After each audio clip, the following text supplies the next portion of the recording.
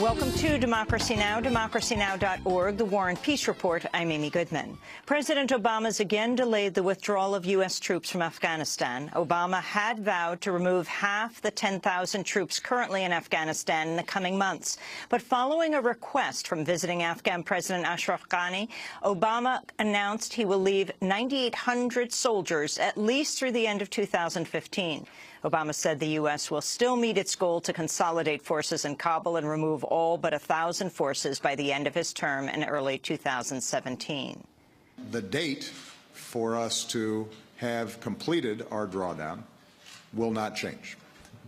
But it is my judgment, it's the judgment of General Campbell and others who are on the ground, that providing this additional time frame during this fighting season for us to be able to help the Afghan security forces succeed is well worth it.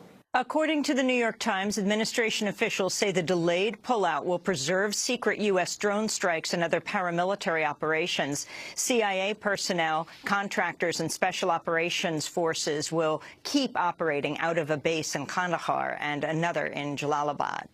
Thousands of people have marched in the Afghan capital of Kabul to protest the brutal killing of a woman by an angry mob. The 27-year-old victim was beaten with sticks and set on fire after being falsely accused of burning the Quran. Demonstrators gathered in front of the Afghan Supreme Court to demand justice. It was one of the most brutal actions in the history of humanity. We have never seen something like her, and at the same time it was very close to the palace, it was very close to the police officers, but unfortunately there was hundreds of people watching her being killed and taking her movie, but nobody reacted to that. Those who have endorsed this barbaric act should be brought to justice.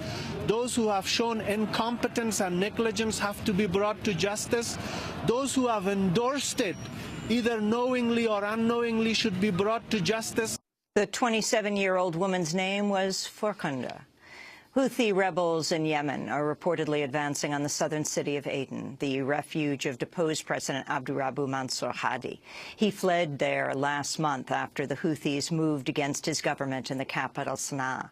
Hadi has asked for UN Security Council intervention to defeat the Houthis. There are reports Saudi Arabia, which backs Hadi, is moving heavy weaponry to areas near its border with Yemen. A new report has found the Iraq War killed about 1 million people.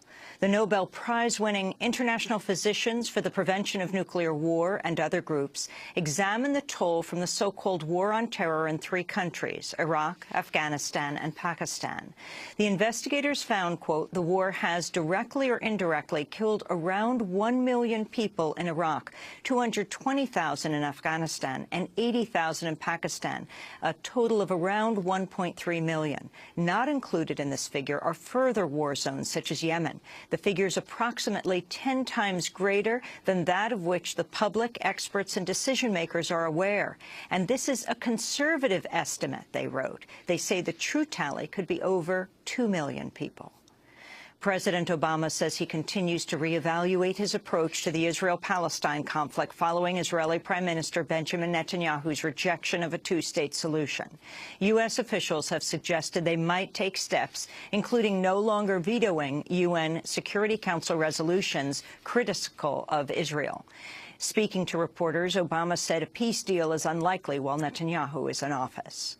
I will continue to do whatever I need to do to make sure that our friends in Israel are safe. That's what I've done since I've been president, and that's not going to stop. And so the Israeli people need to know that. But I am required to evaluate honestly how we manage Israeli-Palestinian relations over the next several years. What we can't do is pretend that there's a possibility of something that's not there. And we can't continue to premise our public diplomacy based on something that everybody knows is not going to happen, at least in the next several years. In his news conference Tuesday, President Obama addressed the ongoing talks over an Iran nuclear deal. Obama said any agreement he might reach would be a good one. I have confidence that if there's an agreement, it's going to be a good agreement that's good for American security and Israeli security and the region's security. And if it isn't, then there probably won't be an agreement. So there will be, I think, significant transparency in the whole process. In Tunisia, tens of thousands of people have marched to mark the opening of the World Social Forum and protest the shooting rampage at a Tunis museum last week. 21 people, mostly foreign tourists, were killed when gunmen opened fire at the Bardo Museum.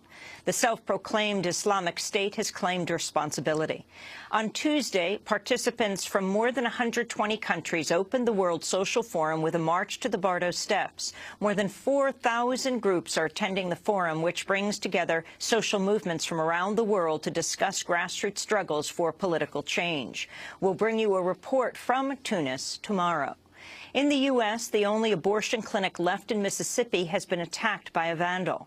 On Monday, staff arrived at the Jackson Women's Health Organization to find their outdoor security cameras destroyed and their electric generator seriously damaged. Surveillance video appeared to show a masked intruder carrying a long-handled tool.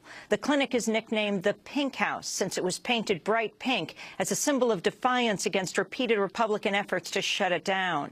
It's recently been targeted by the extreme anti-choice group Survivors of the Abortion Holocaust and Operation Save America.